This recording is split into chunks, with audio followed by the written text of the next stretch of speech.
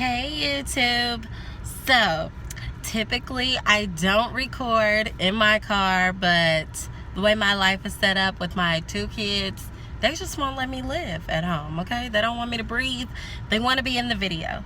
So with that being said, I am here today reporting live from the car to do the review of The Haves and the Have-Nots Season 4, Episode 12, titled The Fallout from War. So, yeah.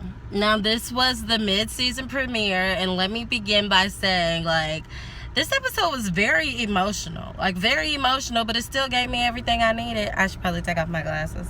Okay. Anyways, it still gave me everything I needed. I was, super excited about it. It was sad, but, it was good enough for an episode. Yeah, I feel like I'm super close. Let me scoot back. Okay, anyways. So, let's just jump right in. Okay, so it starts off where it left off, where it's just been a shootout at the Fountain Drop Hotel, and Hannah and Benny's room, and Mitch and War and all his boys have left. So at this point, Benny was scared to open up the bathroom door. He did, and there you see Hannah walking out slowly, holding little baby Quincy. Now, he's not a baby, but this young child Quincy. And she is just broken. It was the saddest thing to watch. And you're thinking to yourself, is the baby alive? Is he not? Should they get him to the hospital?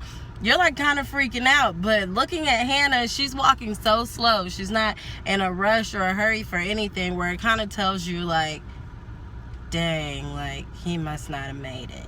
And she's in no rush, but Benny's in a rush, and Benny is we gotta call the ambulance. Mitch, call the ambulance. Mommy, give him to me. And Hannah is not trying to pass over the baby, because she is holding on to this baby for dear life, but she's not in a rush. So it's she's trying to savor that moment in a sense. So whatever the case, she's it's too late. There's blood all over the baby. And then so when Benny starts holding the baby too, he was breaking down. He's Mommy, they shot him in the head. And I'm oh, Lord Jesus, come by here. This is just too much. And we know that Tyler Perry don't hold back. Most shows, they're not gonna kill the kids off, especially because Lil Quincy, he done been through so much on this show, and now his time was cut short because of the stupid war, whatever. So that was just really sad. Mitch calls the ambulance anyway, although it's too late. Now, jump to the next dramatic scene that we left off from last season.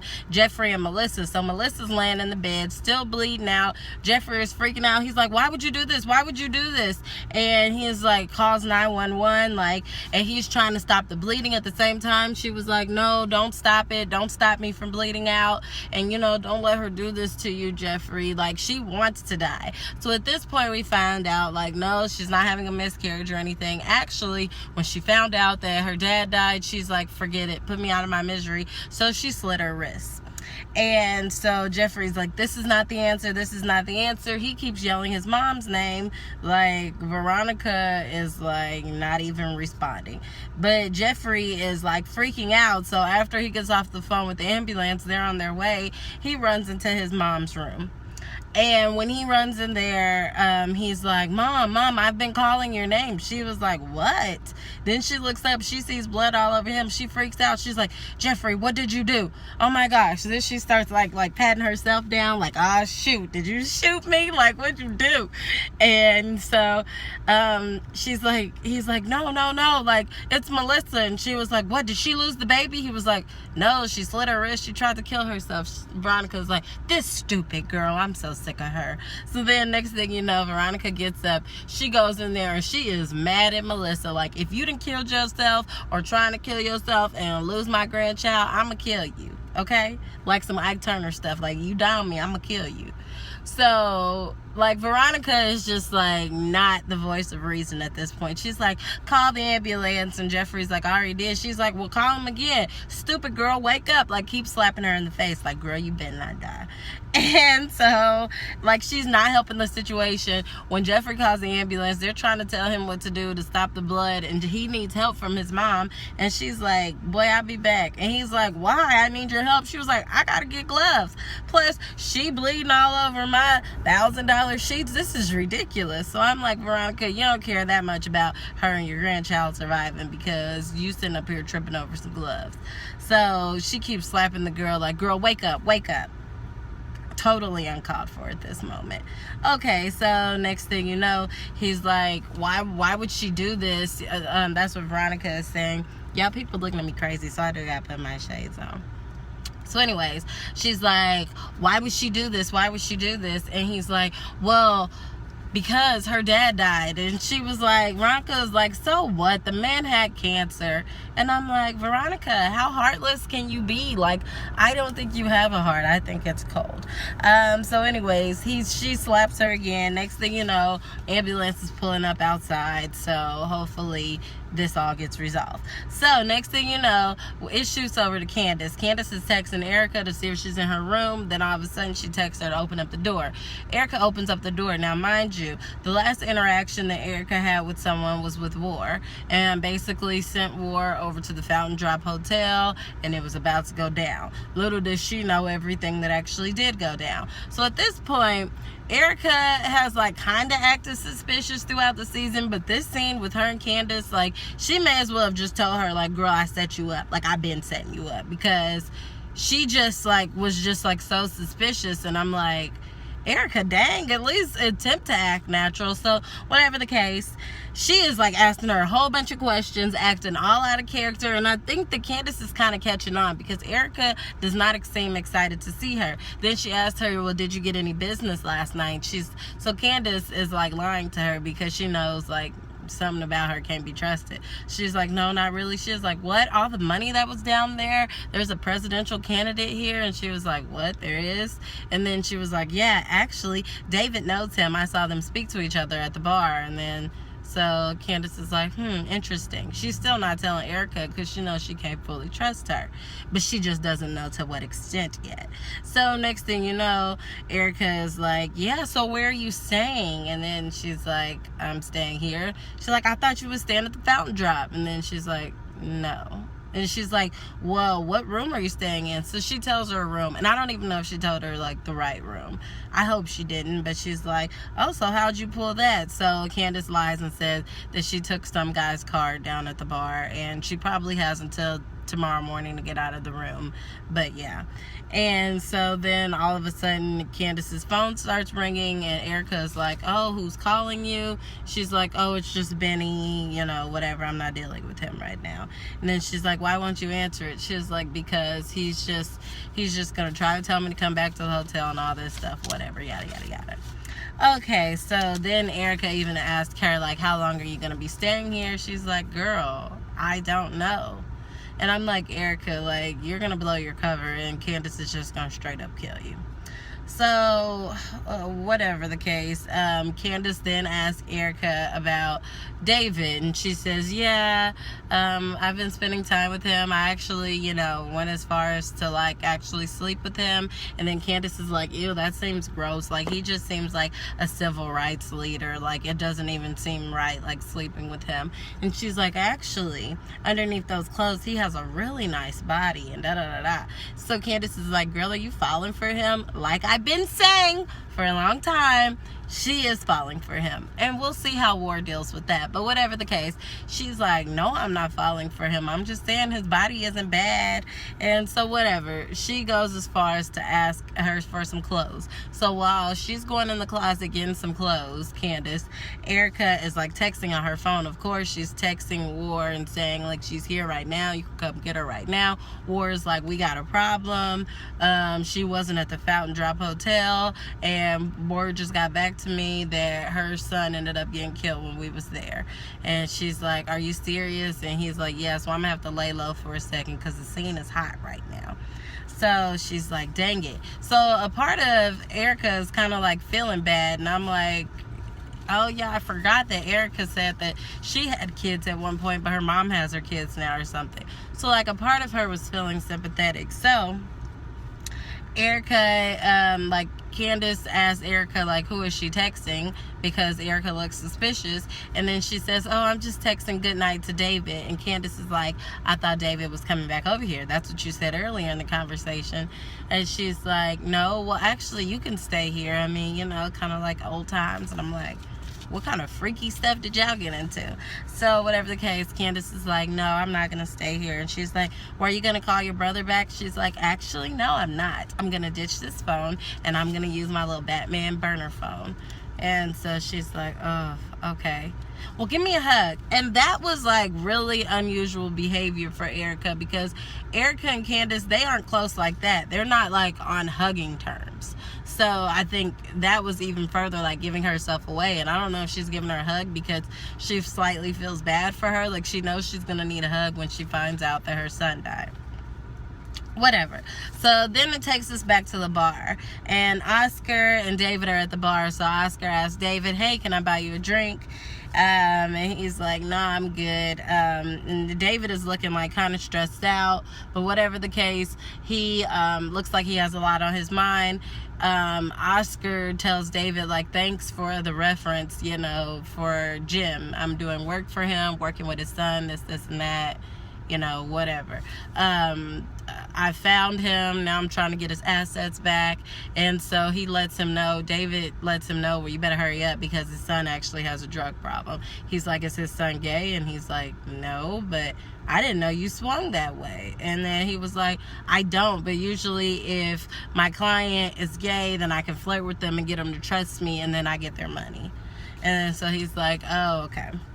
So next thing you know, David starts like really like, the liquid courage is getting him to like fess up to Oscar about how he's really feeling. So he's like, yeah, I think I pushed a little too hard with Erica tonight. And he's like, why you say that? He was like, cause you know, it got real hot and heavy and we was in the midst of it, you know, we was doing our thing, and next thing you know, she just like told me to stop.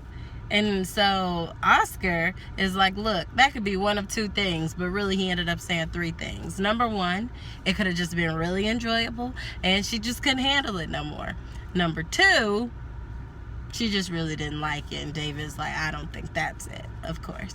And number three, she could be setting you up. And then so David's like, you've been hanging around girls like Candace too much. Like, I don't think she's setting me up. And I'm like, David, you haven't hung around girls like Candace enough, okay? Candace and Erica work together, and yeah, buddy, you're set up. But not only are you set up by Erica and Candace, it's also set up by war. But, you know, you'll find out. He doesn't want to listen, and Oscar is like, plain and simple, watch your heart. And he's like, David's like, my heart isn't in this. And he's like, yeah, okay, watch your heart. Like I said, it's easy for people that are newly divorced to get played. Just watch it. Okay, so then Jim shows up to the bar, and him and Oscar officially meet. And then David looks over across the bar, and he's like, why is she here? Here comes Candace. So Candace is like, you know, waving from a distance. And then so Jim goes ahead and calls her over. And she claims that she had already seen the three of them there. They just didn't notice her until later on.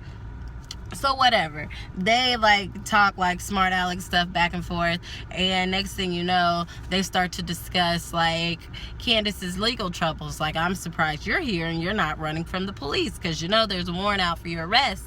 And Candace is like, really? Well, who's gonna arrest me? I don't see any police here. So David is like, well, technically I'm an officer of the court and I could arrest you. And she's like, so where are your handcuffs? And Jim was like, well, I have some handcuffs on me. And she's like, yeah, I bet you do. So whatever the case, he talks about how, yeah, you know, Candace actually killed someone, and she has a nosy neighbor. I've been over in her neighborhood, so she probably couldn't like dispose of him out of the front door. So her smart self buried him in the backyard. And he's like, killed who? He's like, Quincy, but he didn't say Quincy Maxwell. He said Quincy Witch with a B. He does not like Quincy. And he's like, Oscar is like, why does that name sound familiar? And Candace is like, yeah, because that's the dude that beat you up, you know, right when I had caught you like scamming me. So he's like, oh, him, okay. He's like, he's a pretty big guy, you couldn't have killed him by yourself. She's like, oh no, I had help. And they were like, who would be stupid enough to help you? And she's like, oh, your son, actually, Jeffrey Harrington. And he's like, what? He would never do that. She's like, okay, you better call him and check on that. Okay, so of course this has David's mind going like everywhere right now, because he like loves his son. So next thing you know, Jim is like, hey, can I have a word with Candace by myself? And then Candace is like, yeah, David, you probably want to call and check on your son. So next thing you know, we all know that Jim is trying to like set Candace up, to get her. He has a wire on him and he wants her to like admit to like murders or something like that, so that he can get the pictures back from the police, the blackmail pictures. Now at this point he reveals to her that like, you have nothing on me at this point, because I have the blackmail photos and everything. I got all of my property back. Your houses and everything you own have been seized by the police. So at this point, let's just, for old times, I know you got a room here. Let's go upstairs, have a little fun. And she's like, no. And he's like, oh, you want me. You miss me. I'm really good at what I do.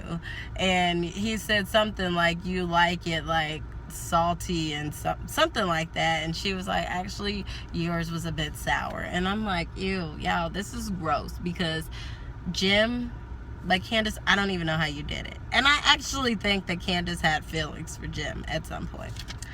But whatever the case, David is calling Jeffrey. Jeffrey doesn't answer. Now, back at the hospital. So, Benny and Hannah are at the hospital. Benny asks for Hannah's phone, asks her to unlock it. So then Benny walks away and he calls Catherine, because he knows, despite everything, that is one of Hannah's real friends and she needs a real friend here right now. So he calls her and she's like, why are you calling me on Hannah's phone? I mean, what's going on? Is everything okay? And he's like, my nephew died. And at this point, Benny's acting was on point. Like, I'm not gonna lie, like Benny's acting has got better and better and better throughout the seasons, and it was just so sad, because I feel like he channeled like some real emotions right there. And so that's when we find out, I mean, we all pretty much knew for sure, because like the boy got shot in the head, but yeah, he confirmed it then and there at the hospital that his nephew died. So you can tell Catherine has a whole bunch of questions, but she's not trying to answer. She's just like, look, what hospital are y'all at? I'm on my way. I'm gonna be a friend. I know she needs me right now. Okay, so then we get back to Wyatt's place. So of course his like substance like counselors are trying to help him. They've given him whatever like dosage of whatever that generally like helps people, like, from like when they're going through withdrawal really bad. But they don't realize that like Wyatt is on another level. So whatever medication is not helping him. So they're like, we're gonna have to take him to the hospital. He's reluctant to go, but he's in so much pain. He's like, look, let's just go. Okay, so then back to the hospital. Hannah is like breaking down to Benny, and it's so sad, because she's like, I told you about your sister. I told you how she is. And I really feel like this situation that has happened with little Quincy, it's either gonna drive them further apart, them as in Hannah and Candace, or in an ideal world it would bring them closer together, because she's lost a baby and she might need her mom, or Hannah has lost her grandson and she might want to hold on even tighter to her daughter, because that could have easily been Candace, because realistically Ward was coming to the motel for Candace. So right now it seems like it's splitting them apart, but we never know how this is gonna unfold as the season goes. But whatever the case, she's breaking down and Benny is like, can you say that prayer for me you used to always say? And Hannah's like, I just can't. I'm sorry, I can't. And as strong as Hannah is in her faith, like at this point she is like broken, because when you get to the point where you feel like you can't pray, it's like you feel like you have nobody. Like when you feel like you can't even talk to God, like you were at an all-time low. So I'm really glad Catherine is there to help Hannah and be there for her, but we just never know how Hannah's character is going to turn for this season, because the worst of the worst has happened to her. Like, I think she would have been sad if something happened to Candace, but it's only worse that something has happened to her grandson. So whatever the case, Benny is like, look, stay here. I gotta, take care of some stuff. I'll be right back. So when he walks away kind of like in anger. But as soon as he sees his friend Mitch, he can like trust him with his feelings and emotions. So he like breaks down to Mitch. It's really sad, but it's really good to know that he has a friend there that can comfort him. So while he's breaking down to him, Mama Rose shows up like an OG, like walks in with her whole squad, and Mitch's brother Sam is right behind her, and Mitch is like, Sam, like, why'd you tell her? And then Mama Rose, and then he's like, I had to, like, you think I'm gonna let somebody shoot at my brother and not tell her? So Mama Rose is like pissed. She is pissed off to the highest level of festivity, because in her mind, you don't come for him alone. Whether you was like aiming for him or not, like, you was shooting at him. Her family could have been gone, and this is her good boy right here. So it's time for some get back and some revenge. So she's like, who was it? And so of course, Benny is like all for revenge. He's like, his name is Warwick such and such. He be here, he be here, he be here. And if you don't catch him here, he might be here. These are the people he hang with. This is everything I know. Kill him. So it makes like Benny's job even easier, because that's what Benny was headed to do. Like, I'm gonna kill him. But Mama Rose, she'll take care of it. That's the mob. Okay, so next thing you know, Mama Rose walks away. She's like, that's all I needed to know. We got the DA's body. Find it, put it in his trunk. We're unleashing all hell on him. I don't care who gets in the way, cat, dog, mama, daddy, child, whatever. You don't come for him alone. I'm sending a clear message. So I'm like, oh, this season is about to be lit. So whatever the case, very last scene, this is Veronica and Jeffrey at the hospital in the waiting room, waiting to see what's going on with Melissa. Veronica is like, is she dead? And Jeffrey is like, shoot, I don't know. So Veronica goes up to the nurse. The nurse is like, the doctor is with the patient right now. I can't help you right now. And she is like, girl, the only important patient should be Melissa, because she's carrying my grandchild. And he's like, the nurse is like, I'll get back to you once he's done with the other patients. And she's like, how long did you go to nursing school? Now that would be really sad if you became a McDonald's employee and you was taking fast food orders. Okay, do you want to lose your job? You better give me an update from that doctor, like, real quick here. And I'm like, girl, why do you always gotta be like strong arming people? Whatever. Veronica gets on my nerves. She makes a lady move in the waiting room because she wants to sit in her spot. Like, it's just a mess. And like, Jeffrey is like, do you have to always act like an evil witch? And she's like, yeah, because you be acting like one. Whatever the case. So then all of a sudden, Veronica calls Rosita, which is her maid. Now, mind you, her maid has the day off for tomorrow because it's her kid's graduation. And Veronica's like, look, my house is messed up. I need you to come clean it. Melissa had a little accident. I need you to clean around it. You can leave it there, but clean around it. So, of course, Veronica has a reason as to why she's doing this, but whatever.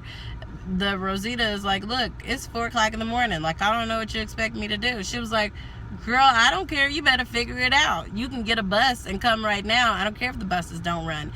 Figure out how to get there, or you're just going to miss your kid's graduation. Or you could just get fired and I'll have somebody else do it. Heartless. Okay, so next thing you know, David calls Jeffrey while he's sitting there in the waiting room at the hospital. Jeffrey tells him everything that's going on, and he's like, oh my gosh, this is your mom's fault. I'm on my way. I'll be there. And then Jeffrey's like, I don't think you should come because she's here right now. He's like, look, I need to talk to you in person anyway, so I will be there. And so he gets off the phone, and Veronica's crazy self is getting out her makeup, and she's like, your father's on his way, and he knows what happened? Oh, this is just would be great. And she's fixing up her makeup. I'm like, lady, you're delusional. And she was like, I'm telling you, if I look like I got bags under my eyes for court in the morning, I'm gonna cut this girl. And I'm like, heartless. But anyways, that was so much that happened in the first episode. As always, please like, comment, and subscribe. Check me out at mrsblogaholic.com, and I will be back for next week's episode. Bye.